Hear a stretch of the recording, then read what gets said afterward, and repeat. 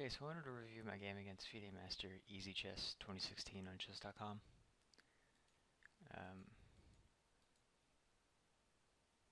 It's an Alekhine, the exchange variation. So with the knight here, they're eliminating this pin with the bishop, while also protecting the d4 pawn.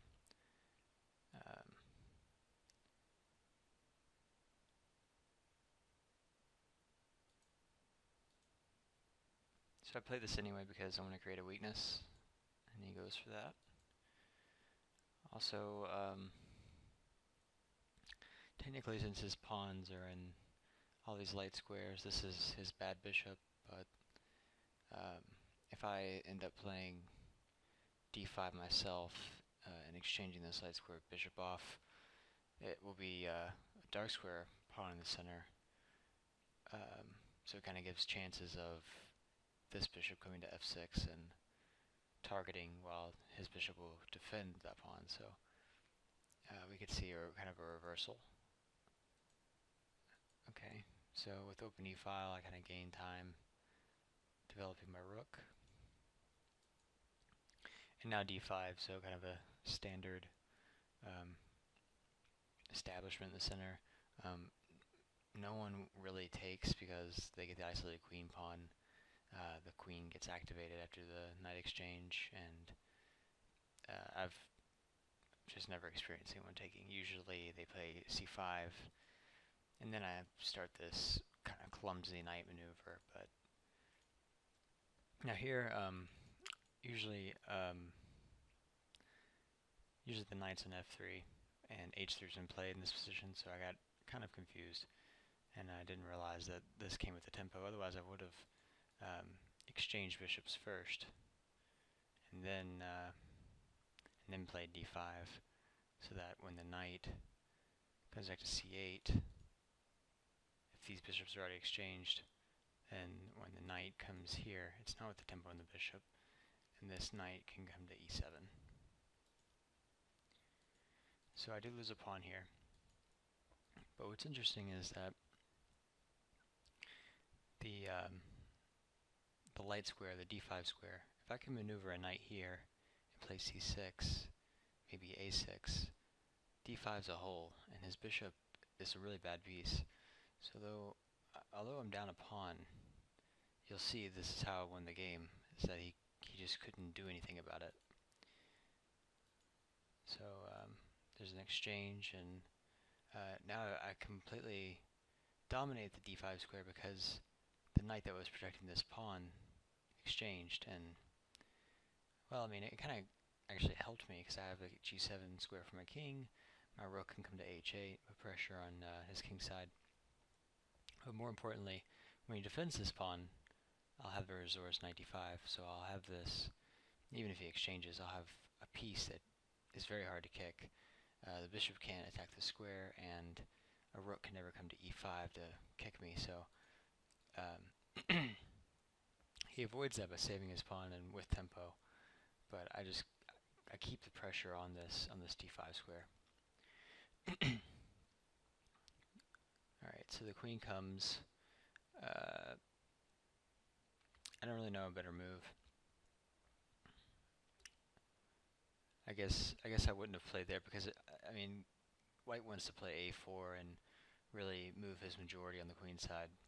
So maybe a better move was to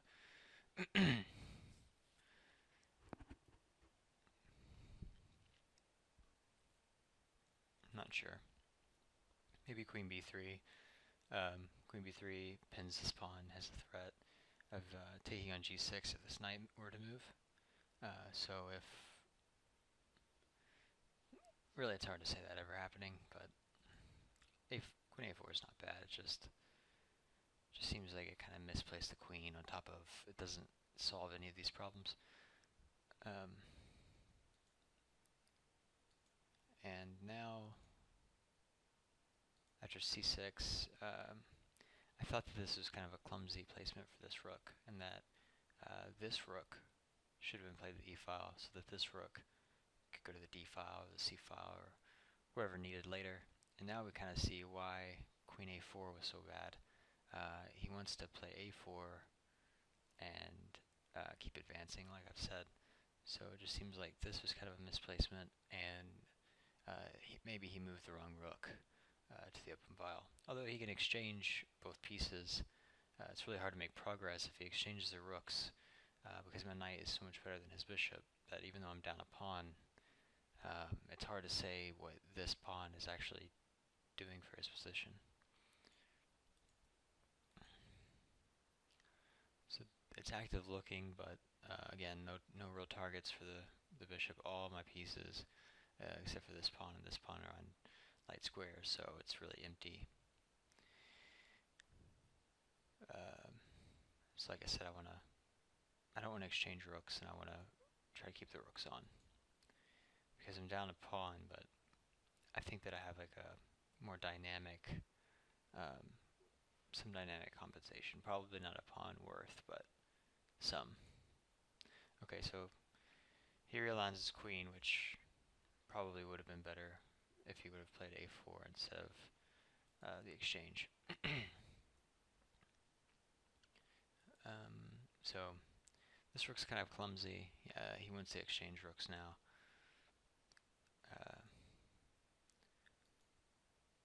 So yeah, g4 was a really bad move. Wonder if you can spot why.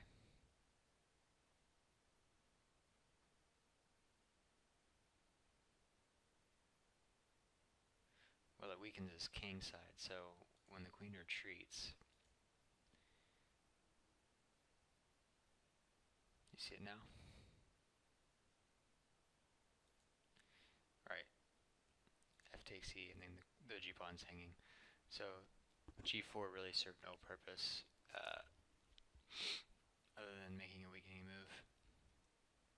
And now he blocks the queen and protects his pawn. But the problem here is pretty obvious. Obviously, if white was allowed to get away with this, he would be much better. He'd be able to double in the E file and eventually consolidate with this extra pawn and convert. But the saving grace for me is this resource that he played g4. If white just sits tight and maybe plays h3, it's hard to say what black can do. This pawn's weak. It's hard to defend. This bishop is, and it's in a really annoying kind of spot because there's always dark square ideas if I try to push my king's head pawns to make a weakness. So that kind of means that I can't push on this side of the board, and these pawns are really locked up, and I've got to defend these two weaknesses. So I'm really defending, I think, if I don't make something happen. I think g4 completely changes that. So after this exchange, he blunders a pawn like that. But the problem is that he can block check and defend this pawn, but I can just exchange and win the exchange. This ending is just too easy to win, so he resigned.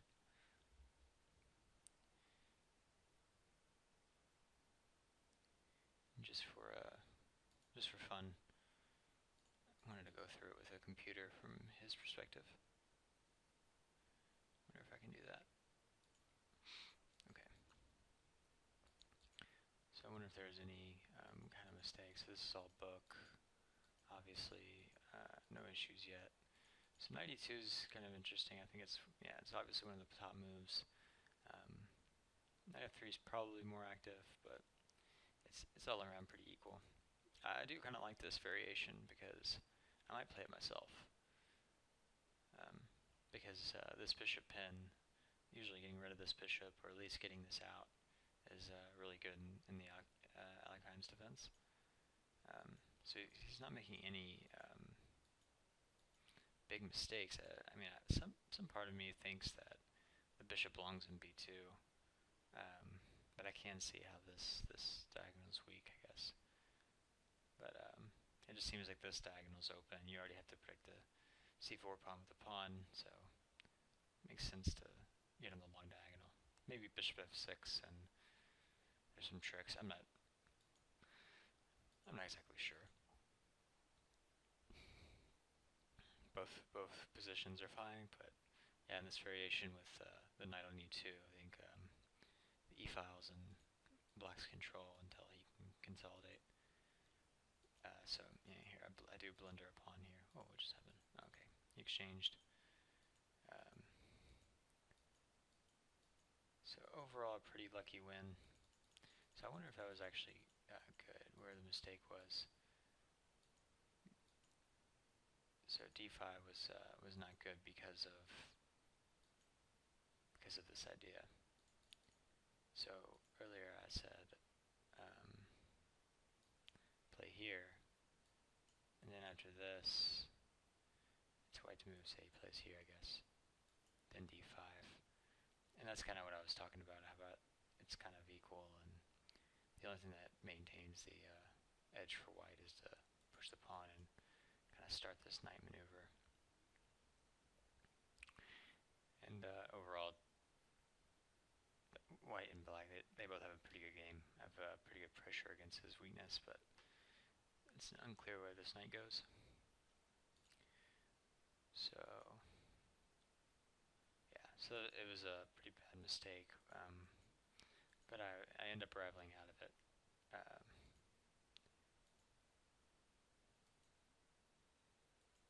So as you can see, it was +2, and now it's down to under a pawn. So he must have had a bigger attack. Just seems like if he plays perfectly, he's got just a full pawn up.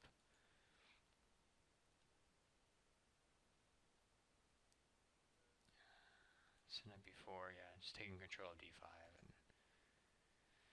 I wonder if it likes queen a4. So it does like queen b3 and d2 a little bit better.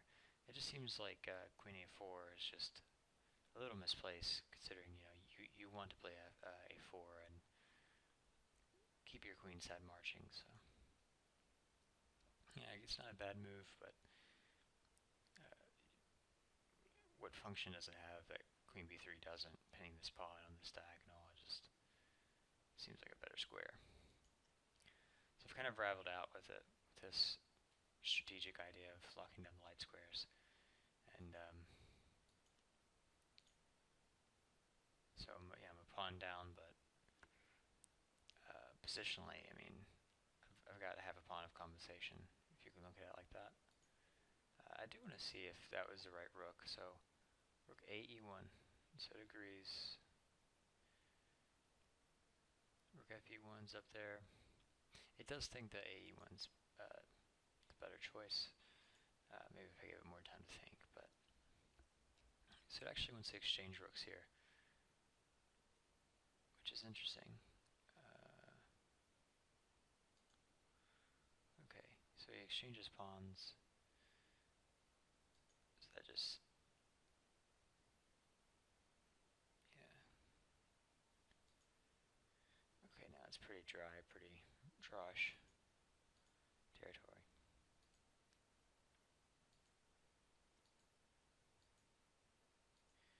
Some maneuvering. So actually g4 it kind of likes. It's not recommended, but it doesn't completely hate it.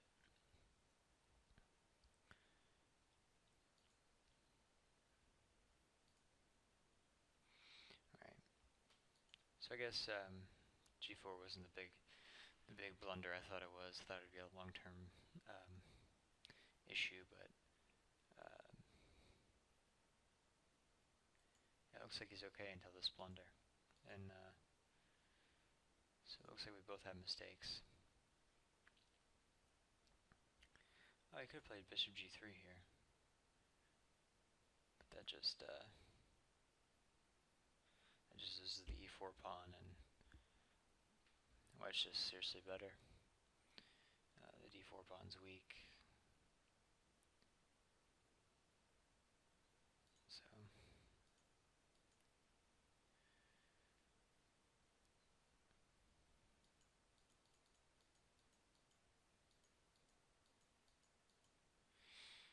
okay, so thank you for watching.